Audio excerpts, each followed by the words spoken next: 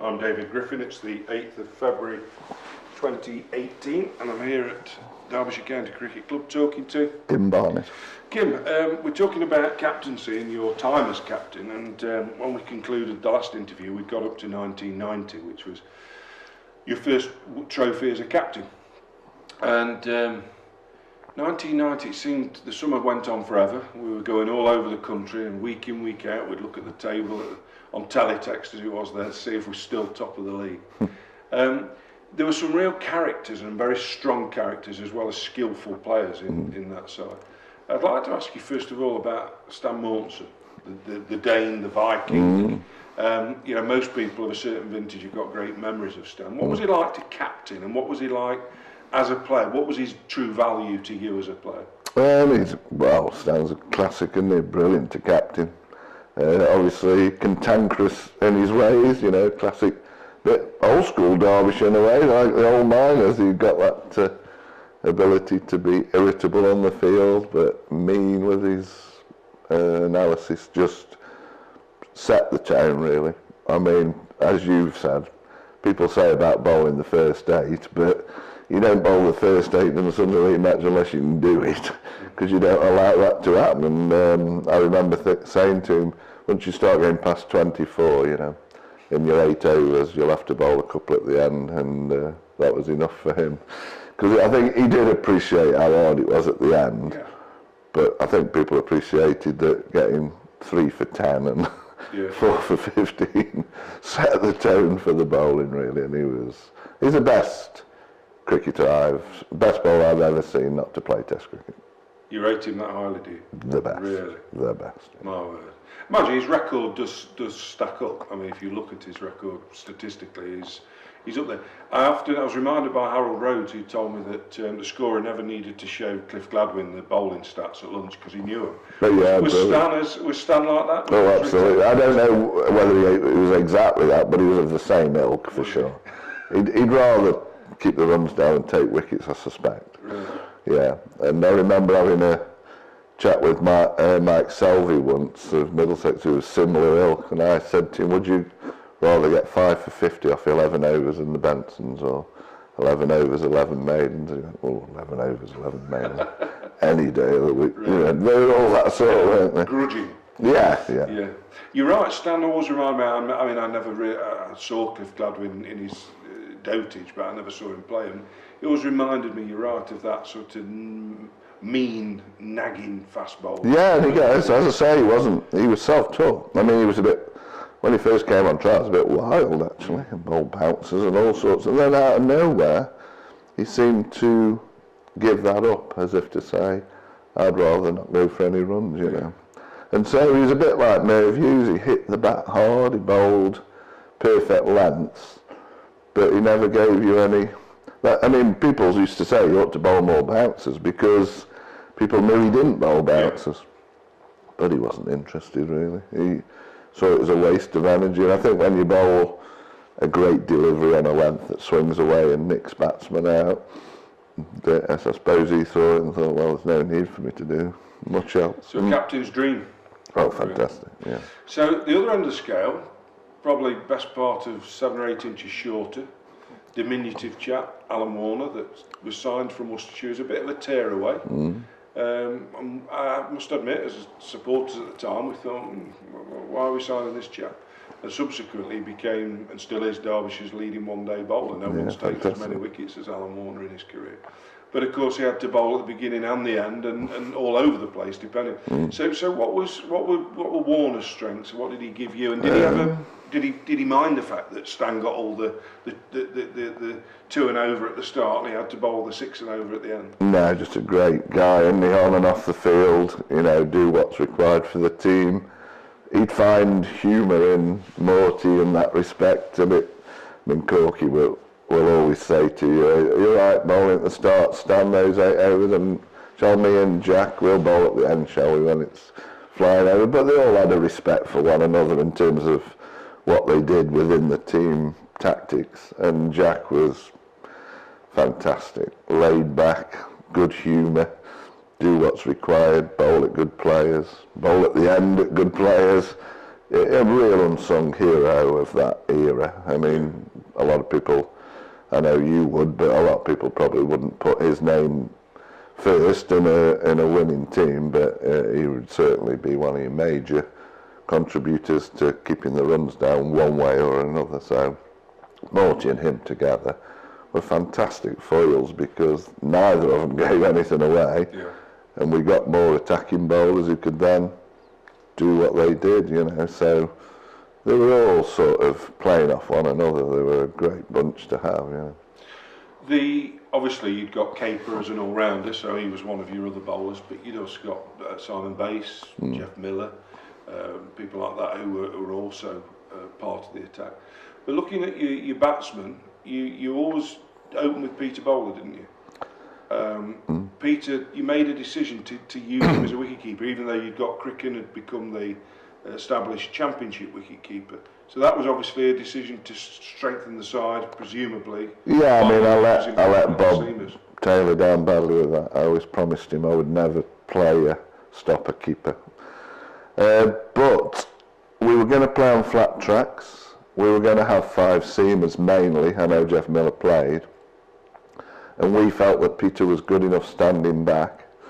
Plus the tracks were so flat that we didn't beat the bat a great deal. They were that season seemed to be batting dominated. Yeah. Loads of players got 2,000 runs, didn't they? Yeah, and when you think, like you said, ahead of its time, we were knocking big totals off. So there's a combination of things, I think. Flat pitches, Peter could stand back, we could play 7 batsmen, we played 5 seamers if we had to.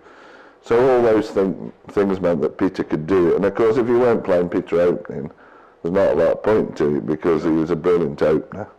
But he wasn't somebody you'd think you'd send in at 6 to strike it. So we got great foil because we got him at the top holding it together with the bat.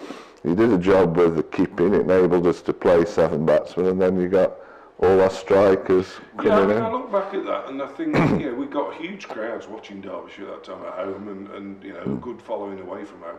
And looking back, and maybe roast into glasses, but I can't ever recall there being any criticism of bowlers, of your decision to have Bowler keeping wicket. I don't look back and think, he was awful. He actually did the job that you wanted him to do, didn't he? Yeah, I mean, Peter Bowler's quite a talented bloke. Bowled off spin.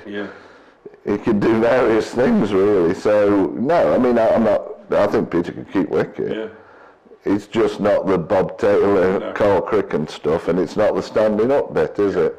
So, in the tactics that we had, and that Peter mainly stood back, he was a very competent keeper, and it just gave us another player. So much as I did let Bob down with that, I think in that season to win the trophy, it was an extra player. Yeah. And then of course you've already alluded to that sort of powerhouse middle order, and you look back at it now and you think Caper, Morris, Adams.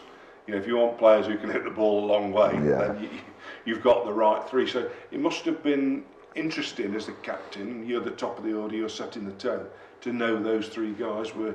Yeah, and I think with Peter being solid and me being a bit of a mathematician, that people put that down to me, which is the pace of it is such that, if I play well, I'm looking to aim to give those strikers not too much to do, but not be stupid where we're 3 for 10. Peter and I, for them, I think, either he batted through or I hopefully got them in a position where they could go and do the business, but my goodness, they could do the business. Yeah. You talked about Caper in the last interview, but Morris and Adams, 2 English players, relatively local, came, certainly Adams Derbyshire born, and Morris from Cheshire, but both came to Derbyshire as very young players. What were their strengths? What were they like as I mean, I hope that much as perhaps in the end they didn't, enjoy green pitches throughout their career in 4-day, I would hope that they would feel that I encouraged them to strike the ball. Chris Adams we played when he had no defence at all, and I was quite happy to play him down the order, striking the ball and learning to defend rather than the other way around where you say, this won't work, you need to be able to defend more.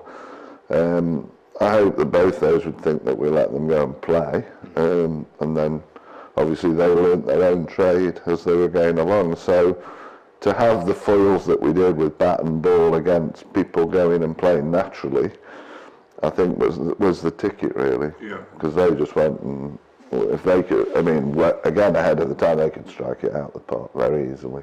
And then you got people, utility players. I'm thinking of people like Steve Goldsmith, for example, who hit the winning run when we played Essex down here. Another one recruited from elsewhere. Was that another Phil Russell? Yeah, Punt, as it were? yeah. I mean, some of these guys. I mean, Peter had been sacked, bowler. People were saying that Steve Goldsmith isn't seasoned pro and doesn't work hard enough. So again, a talented guy who liked to fag and a pint, and he bowled you some overs, and he batted number 6 to, I think, Fielder as well, wasn't it? Very significant, great arm in the field, significant strike of a ball talent-wise. Yeah. So yeah, I mean, a cricketer was given a chance by Phil, as Peter Bowler was. I mean, Phil said to me, "I think you need to give this guy. I think he can play." Yeah. He was good at that. He was one of the best, wasn't he? Spotting people and thinking, I think they're better than people think. Yeah. So we're down here on end of August 1990. The estimates vary. Some people say 11,000 were here. That'll do for me. And it's obviously Derbyshire have never won a trophy on their own ground. When they won the 36 Championship, they were down in Somerset. 81 was at Lord's, but this is in front of your own crowd. You're a Derbyshire, I know you're Staffordshire born, but you're a Derbyshire man. You've been captain for 7 or 8 seasons. What was it like, that culmination? You're on the balcony up here getting a trophy. I think it's projects like this and people like yourself who make you think, actually, because I think you just get on with it and do it. And I think I learned when I went to Gloucestershire to start to enjoy winning rather than look at the next match, which is a bit Roy Keane-like. I remember Roy Keane in his book saying, I was looking for, won the European Cup, who are we playing next? And I think as a bit like that, so I loved it that Derbyshire had won, but I loved it more, and it sounds a bit crass, for the people, when you saw off the balcony. Yeah. It's absolutely rammed, people running on the field everywhere. I suppose I thought that'll do for me, really, who we're playing next. So I'm not sure I'll live the moment enough at that time of winning things, but I certainly enjoyed the ambience of what people, the members and stuff like that. Because at the end of the day, you play for people watching, don't you? Absolutely. So to have, as you say, 25,000 people on this ground, it must have been 10,000, but it seemed absolutely rammed, and the scenes afterwards, those are the things that live with you, where you watch people just... I remember just standing in front of the pavilion, and the word I've always used to describe it is I was bewildered. Because I just stood there and I thought, my team's won this trophy. We followed them around the country through thick and thin, and they've won this trophy. Fantastic. And you just stand there stunned almost. Yeah. And Pete Bowler came out and handed me 4 cans of Carling. I said, I'm not drinking that rubbish. Fantastic. No, I think you're right. The great thing about that triumph is, unlike in 1981, this wasn't about to be a breakup. No. Because actually this was the first triumph. We'd had the 88 final, not quite good enough to win on that day. Toss maybe conspired against us, etc. But we've now won a trophy, and we've won a trophy that's taken a whole year to win, not just 3 or 4 games and a final. But 1991, you had a proper tilt at the championship. Yeah. Finished 3rd, and I can actually remember towards the end of the season, the guys came up from the sponsors, who I think were Britannic, and if you remember, took photographs out in the middle, handing you the cheque with the winner's prize money, then another one with the 2nd place, and then one with the 3rd, because they didn't know where the title was going. We were at Chesterfield. That's right. So was that a tilt at the title? Did it just happen, or did you think, right, it's time to actually make a proper challenge? Well, as I said, I'd done my homework in '83 as to what the top 6 teams do, and I was trying to be a regular, sort of get the tactics right for regular top 6 finishes.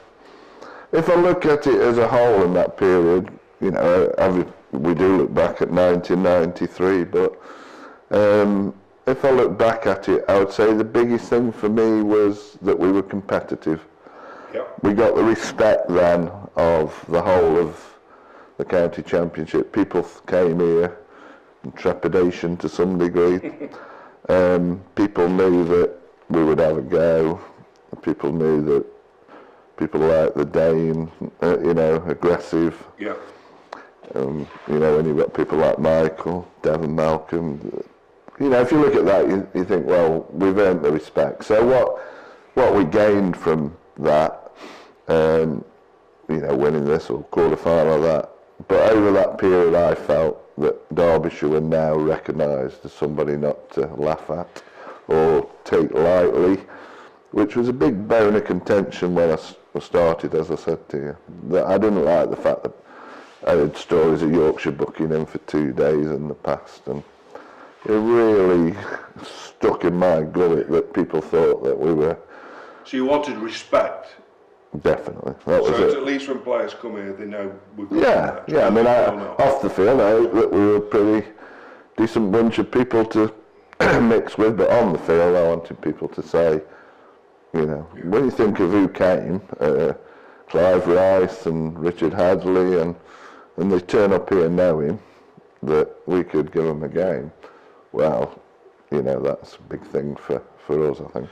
But in 1991, when you got this tilt to the title, you've of course got a player who the previous year had made his debut, but who would come into the side like an absolute whirlwind and would become, not in my humble opinion, but in the opinion of many fine cricketers and observers of Derbyshire cricket, would become one of the great names in Derbyshire cricket and would certainly be in most people's all-time Derbyshire team. And that, of course, is Dominic Cork. So what was he like to, particularly as a kid, as a young lad, what was he like? He's a fellow Staffordshire chap as yourself. Did you know him before he came to the club? Were you no, I'm just aware of him. He came as a YTS, making coffee. He got properly trained up. Alan Hill used to have him making coffee endlessly with Colin Tunnicliffe. He learnt that, he scored, he had to do the numbers and the scoreboard. He did all those tough things as a proper apprentice and had to scrap to play second team, but very quickly you knew what you got really, which was dynamic, make things happen with it. Well, back to Barlow, aren't we?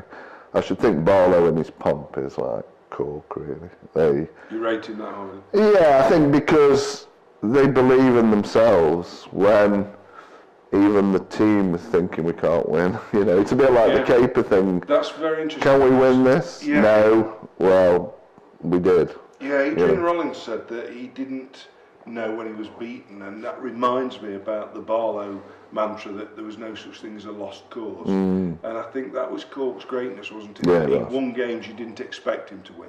Well, I remember one against, he always picked on Lancashire, didn't he, which was the great... in 94. There was one here where we were batting at the end and he virtually won it, and then he was hyperventilating, because he had a bit of asthma. He was out the back hyperventilating. Yeah.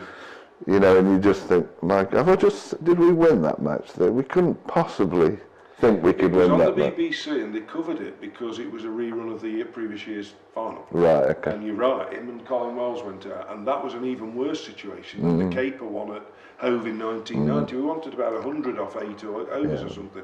It was remarkable. It's one that sticks in my memory. I mean, there's endless ones. That's why you think, people like yourself who watch it think he was a great Derbyshire player, because you just think, he won that match and we had no right to win it. And there's a few of them, wasn't there? Well, lots of them, but Lord's Final even. Well, absolutely. But certainly the Lancashire one here, and there are others where he's got the ball.